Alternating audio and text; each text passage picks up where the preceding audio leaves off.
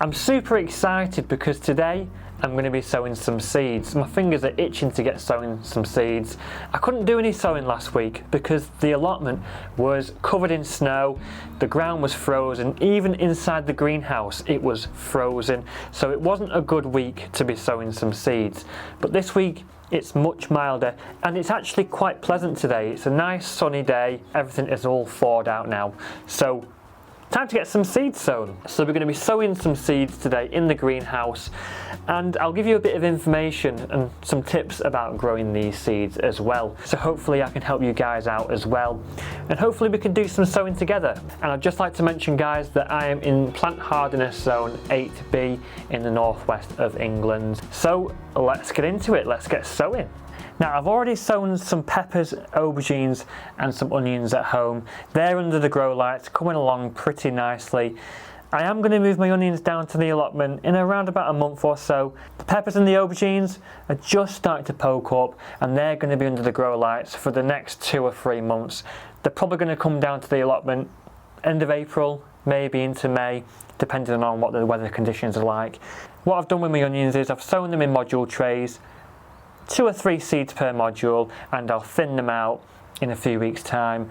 I've just done my peppers and my aubergines in module trays, to be honest. Heat mats work really well, by the way, or a heated propagator. They work really well with peppers and aubergines. I like to use those for getting them started off. And I've just used multi-purpose compost as well. I've not used anything crazy at all, and that is what I'm using here as well. Multi-purpose compost, but I have sieved it. It's really important, I think, to sieve your compost, especially if you're sowing small seeds, which we're going to be doing here. The biggest reason being, if there's any large clumps of material in the compost, for example, if there's large pieces in the multi-purpose compost, which there's bound to be, like that for example, that stick, if that is sat on top of a seed, like an onion seed or a brassica seed, which is very small, it's not going to be able to grow around that. It's going to stop it from being able to germinate. So by sieving your compost, you make it much more loose. There's no big pieces in it, so the seed can easily germinate, and the roots of that young seedling will easily be able to grow through that module tray or whatever you've sown them in. It's not going to struggle to develop a good root system. So I really do recommend you sieve your compost. I use this riddle here. Works really, really well. So there's no need to go out and buy an expensive seed starting mix.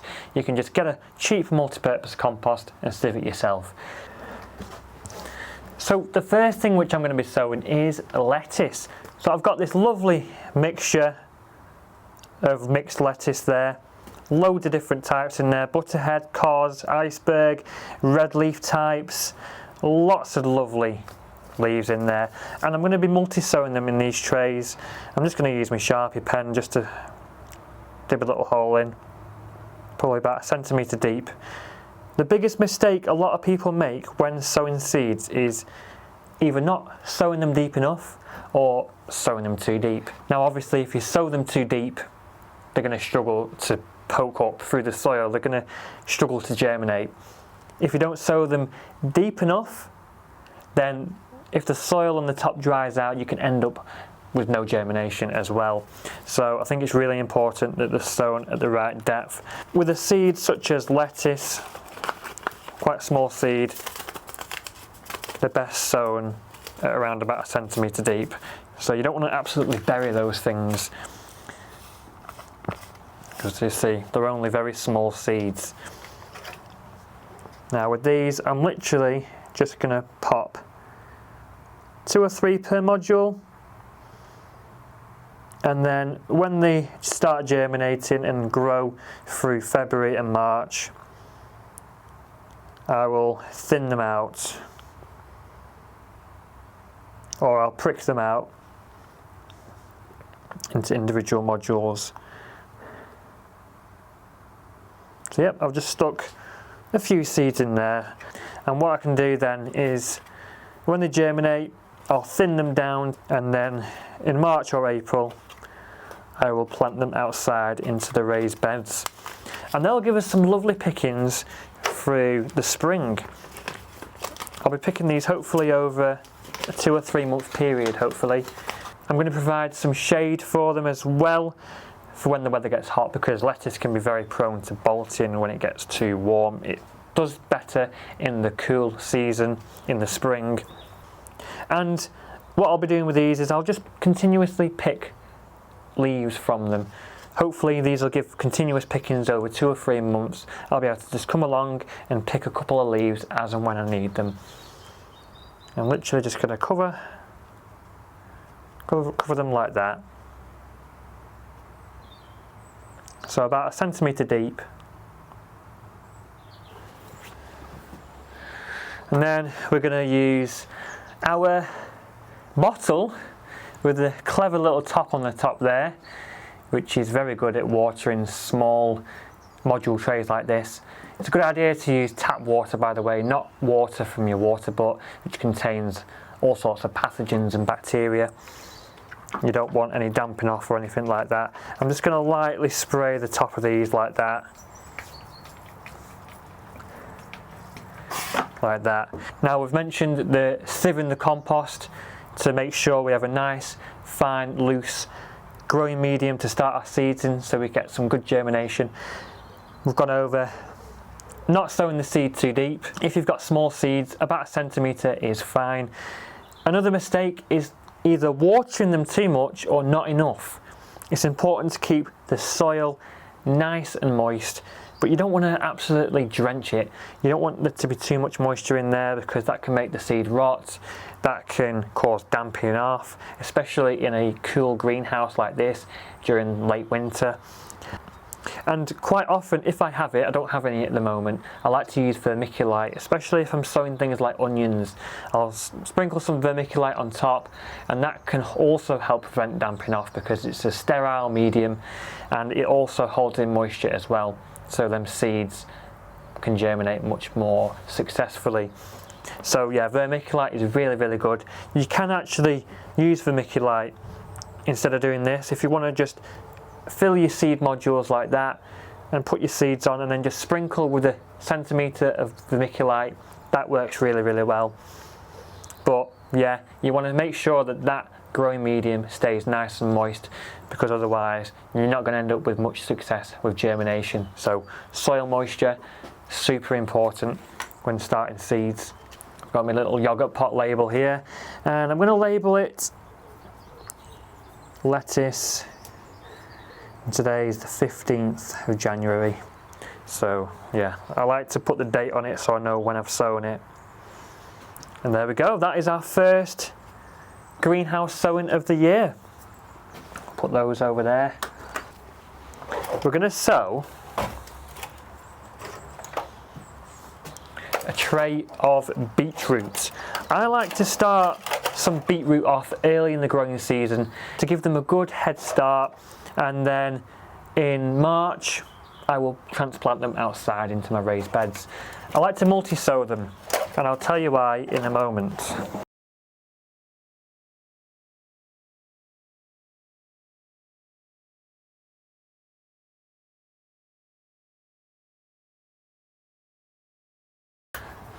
Okay, so in here we're going to sow our beetroot, and I'm just going to sow 2 or 3 per module. I like to do this because you really do maximise the space available. Beetroot grows quite well in modules, in clumps of 2 or 3. So we've got our beetroot seeds there. That variety is bolt hardy. It is resistant to bolting, so when temperatures get warm later in the growing season, these shouldn't bolt too much. You will get a few bolting, but for the most part, this should be alright.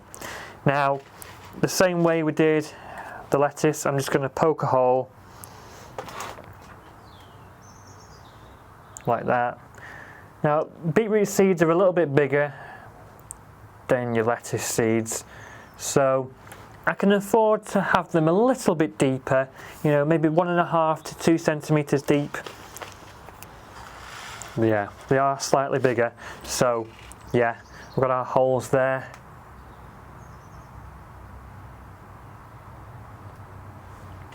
And all I'm going to do is stick 2 or 3 in each hole like that.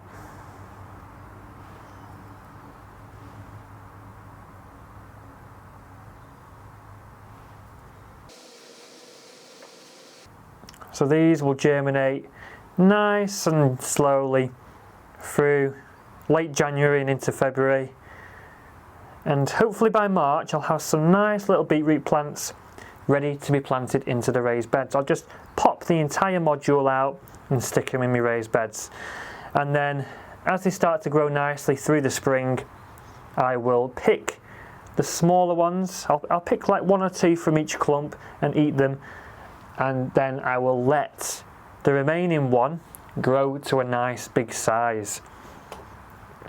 I find this works really well.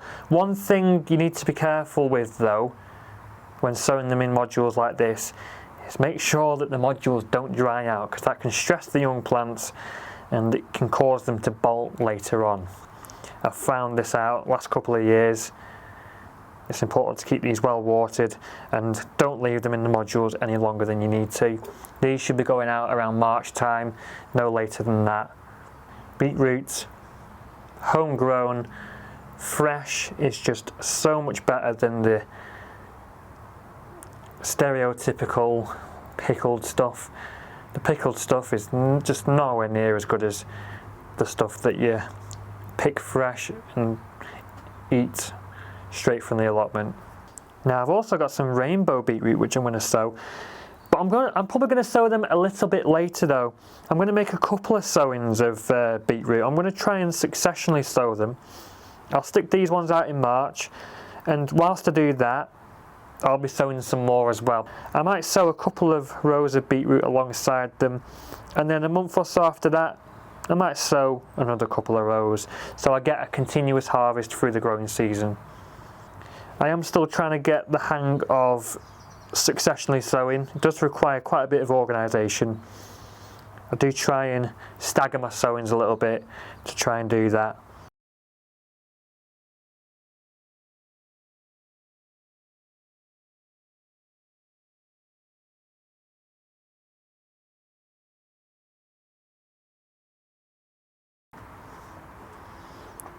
Now just a little bit of information for the new gardeners. Maybe you've not heard the term bolting before. Just realised.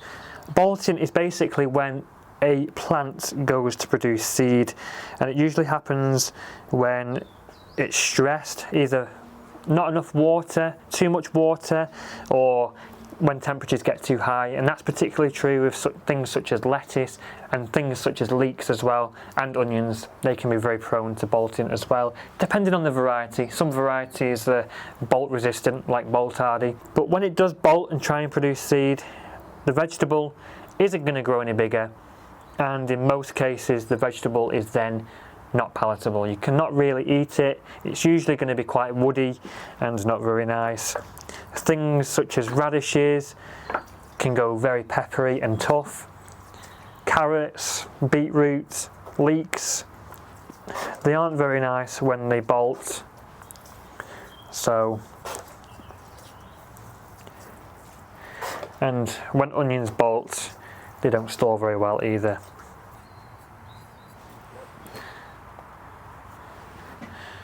There we go. Okay, we've got a few more things to sow as well. We've got quite a lot more things actually, so we best hurry up and get them done, because it's going to start getting dark soon. That's the only problem with this time of year, isn't it? It gets dark very early still. It's not going to be March really until we start noticing the longer days. Next we're going to do some brassicas, some early sowings of brassicas. I'm just going to do some cabbage and all year round cauliflower. I'm not going to go crazy with those yet. It's going to be February or March before I start sowing other things such as broccoli and Brussels sprouts. I'm just going to get an early start with these for now. I'm just going to sow 12 cabbages in these. Again, like with the lettuce, I'm only making the seed hole about 1 centimetre deep, because brassica seeds are all very small seeds, like that. And the variety which I've got, by the way, is Golden Acre Primo 2, which is a really nice variety. It does well for me every single year without fail. The only problem I have, which I'm sure every gardener's going to have at one point, is the slugs. The slugs love this variety just as much as I do. Yeah, small seeds, the hole isn't too deep with those. And what I'm going to do is I'm just going to put 2 or 3 per module. I'm not going to grow these like I'm growing the beetroot. I'm not going to transplant the whole clump of 2 or 3 plants into the raised beds. I'm going to thin these out to 1 per module when they're seedlings. When they get their first set of true leaves, a couple of weeks after they've germinated, I'm going to use a pair of scissors to snip out the weakest plants, leaving 1 plant in each module, the strongest plant, to then grow on. This is what I do with a lot of brassicas. I won't do it with things like fancy F1 hybrids. You know, if I've got a seed packet with just 20 broccoli seeds in, which is often the case with these hybrids, I'm not going to do that. You know, I'm not going to waste perfectly good plants. But a packet of seeds like this, you know, this packet of cabbage seeds has approximately 500 seeds. That is a lot. You know, I can afford to snip some of them out.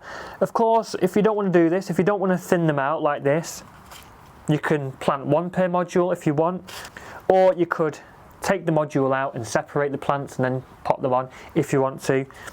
But I do this because I'm guaranteed to have 1 cabbage plant per module. That's the reason I do this.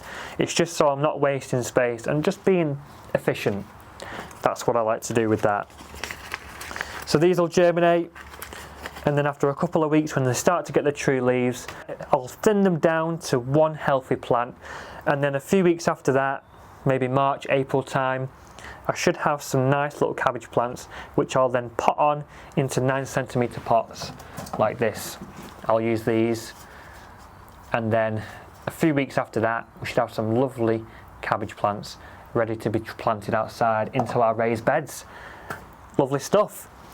So we'll just lightly cover these over like that.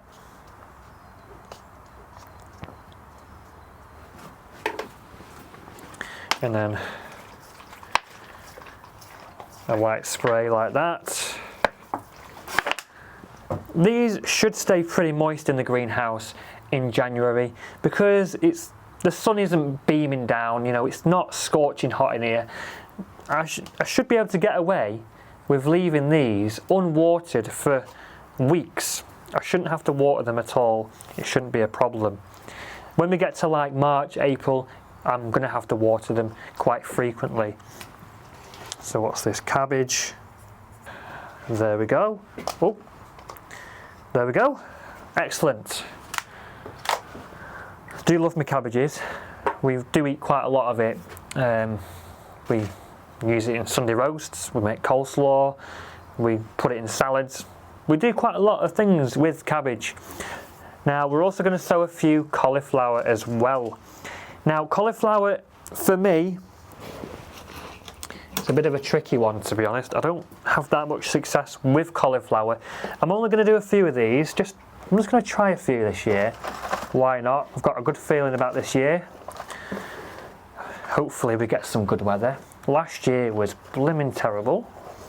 It really, really was. So I'm just using these bigger modules. I'm going to plant 3 in each one, and then I'll thin them down to 1 per module. So I've just got 6 cauliflower plants. I'm not going crazy with them. And because these are bigger modules, I shouldn't have to transplant them as early. I can probably keep these in these ones for a bit longer, I think. I'm just going to put 2 or 3 in each one there.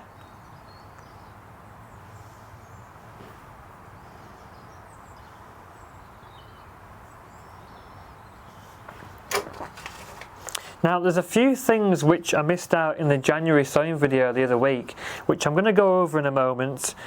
I was just going over the things which I'm going to be sowing in January, but I'll go over a few of the things which I missed out, which you can sow in January as well if you'd like, if you want to get an early start on them. I feel like I've got enough here, to be honest. I've got my hands full for sure with these. So we're just going to cover them over lightly, just like we did with the cabbages. And that variety is called all year round. Now I did have some of these overwintering, but the frost killed them off. We got down to about -7, -8 several nights last week, and it really did destroy the all year round cauliflower. The purple striped broccoli and the winter cabbages are doing alright though. They survived, but the all year round cauliflower wasn't so fortunate. And the rats just went in after them and just obliterated it afterwards. So that added insult to injury. You know, if the hard frosts wasn't enough to kill them off, the rats went in and made sure the job was finished. So, right, what have we got next? Okay, so the next thing which I'm going to be sowing is something which I love to grow.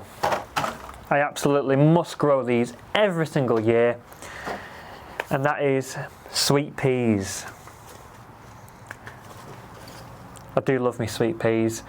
I've only got a couple of small packets of them this year. I'm not going quite as crazy. I mean, I'm growing enough, to be honest with you, but I'm going to be sowing them in these root trainers. These are really, really good. I like to grow my sweet peas in them, but I've also planted normal edible peas in them as well. I've grown runner beans, French beans in these, broad beans as well. I've grown in these in the past and they work really well. You can also use toilet roll tubes as well. They work great. They allow for the long root system of a pea plant or a bean plant. They do have very long roots and they don't like root disturbance either. With toilet roll tubes, you can literally just plant the entire thing into the ground and the toilet roll tube will just turn into compost. It'll break down. With these, I'll fill them with compost, and then when I've got some nice sweet pea plants around March, April time, I'll open them up like that. They'll have some lovely roots, nice root system going, and then I'll just pop the whole thing out and plant it. Minimal root disturbance, and that should yield some really good results. I've used these for quite a few years now. Now you can also sow sweet peas in pots as well. You know, if you want to use 9cm pots, sow 3 or 4 of them per pot, and they grow quite well together like that, and then just transplant the whole thing after around 2 months. Some people like to sow their sweet peas in the autumn, some people like to do them through the winter or even in the spring. It's completely up to you. They are cold hardy plants. They'll grow quite happily in the cold conditions. They'll tolerate frost as well, so you can transplant them outside before your last frost date. I found that they don't really mind frosts that much at all. Just a little tip as well, when you're growing sweet peas, when they reach about 6 to 8 inches tall, pinch out the growing tip. This will encourage bushy growth. It will encourage it to send out side shoots, and you will then in turn get more flowers. And also, when it comes to sweet peas, you've got many different options of what you can grow them up. You can grow them up a trellis, up a archway. You can grow them up a bamboo wigwam system. I like to grow them up these large pallets which I've got. I've just hammered them into the ground with stakes, and then I've attached some old wire mesh to them, and that's what I use for my sweet peas every year. But you can get some bamboo canes and attach some old mesh to it if you want, some chicken wire. You can do that if you want. But if you've not got the space to do that, or the materials, you can just grow a dwarf variety if you want. Some varieties of sweet peas only grow to be a couple of feet tall. So, you know, there are options with your sweet peas. You don't have to grow the large, massive tall varieties which can grow to be like 8 feet tall. And another tip, guys, as well, pick your sweet peas regularly. The more you pick your sweet peas, the more they're going to produce flowers. If you leave your flowers on there to turn into seed pods, the plants are going to put their energy into producing seeds, and it's not going to want to produce any more flowers. So by picking your flowers regularly, you're going to encourage more flowers to grow. So yeah, pick your sweet peas regularly. I know it can be very difficult in the summer months when it's literally, when your sweet peas are throwing out flowers all over the place, but honestly, try your best. Or if it does start producing pods, if you do miss a few flowers, pick them off afterwards before they grow any more, and you'll preserve the plant's energy and it'll produce more flowers.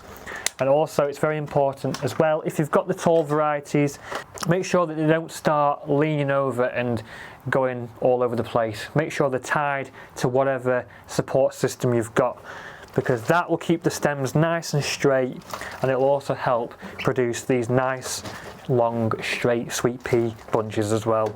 There's nothing worse than picking some sweet pea flowers and the stems are all bent and twisted and it's difficult to stick them in a vase.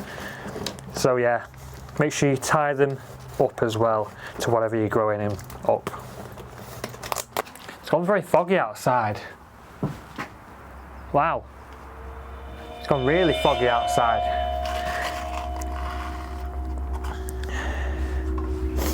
Okay, so we've got our sweet pea seeds, and I'm just going to sow them about the same depth as the beetroot seeds, about 1.5 to 2 centimetres deep, and that is that. Now with these, I'm going to put a couple per module, I think. That should be fine.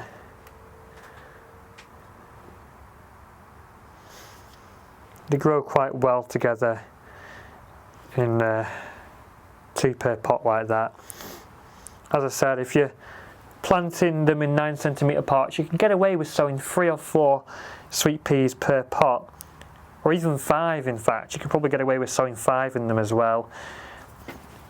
So I've got Perfume Delight and just a mixed fragrance variety here, nothing crazy at all. I often, in the past, I used to go for these special high performance varieties that would be used for shows, but I didn't want to go too crazy with them this year.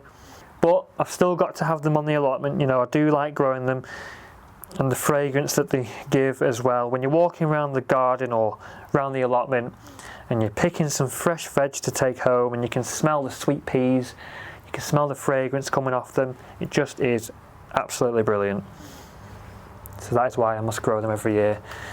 I'm just going to chuck some of that compost over the top like that.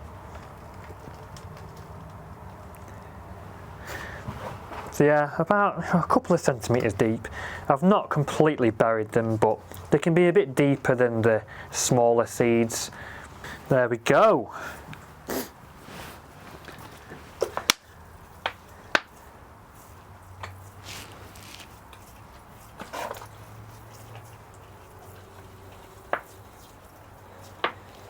A little bit of a water there. I'm not going to label them because I know that they're sweet peas and they're all just mixed varieties really, so I'm not too bothered about labelling them. That's another benefit as well. When they were like the high performance types for shows and stuff, which I don't even do, by the way, I don't do shows.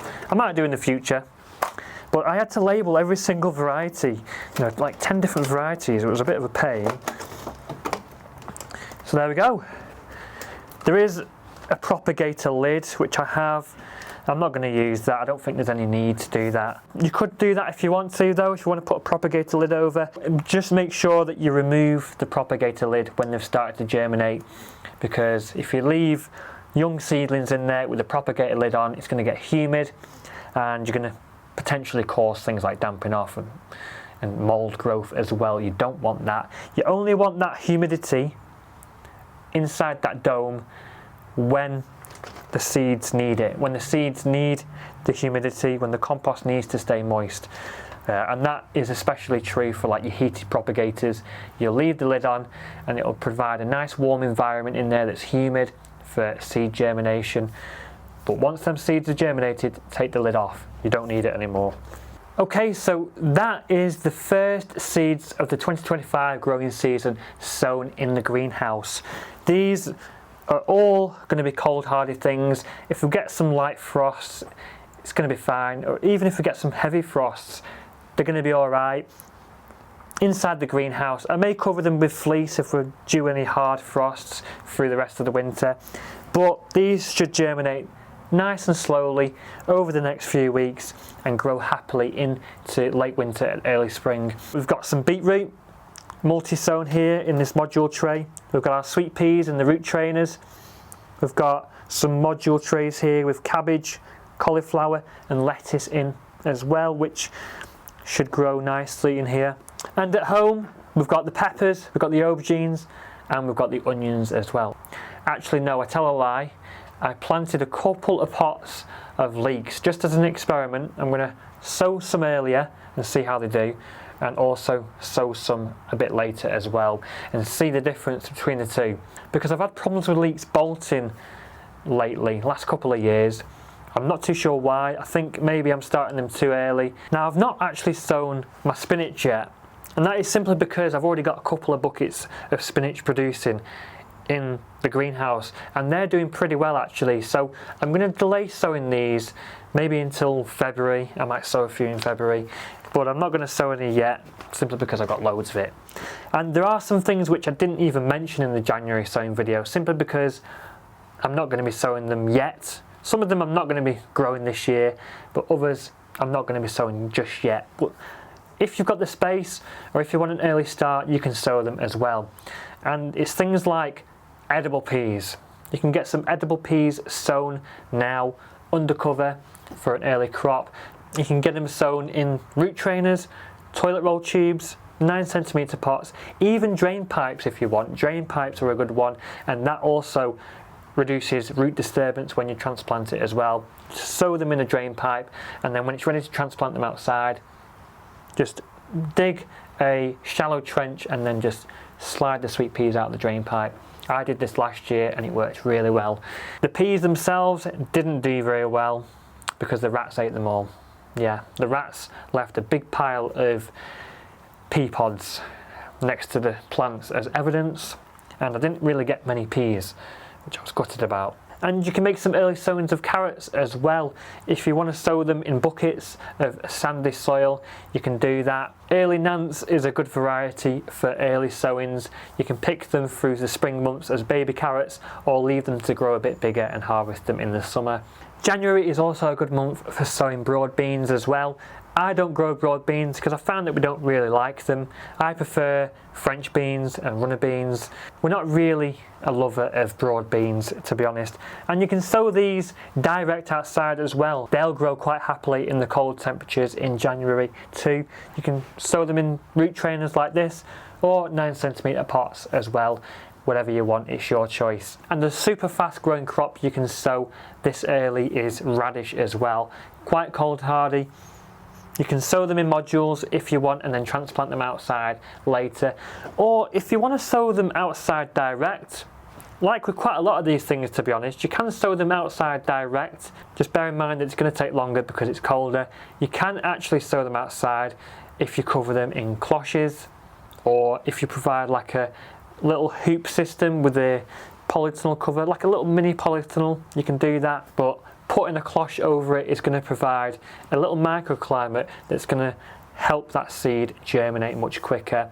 So yeah, the things which are sown in the greenhouse here, they're going to grow much quicker in the greenhouse. They'll be off to a nice head start, yes, but you don't absolutely have to be honest with you. You can direct sow them outside if your soil isn't frozen. To be honest, our beds are still a bit frozen actually.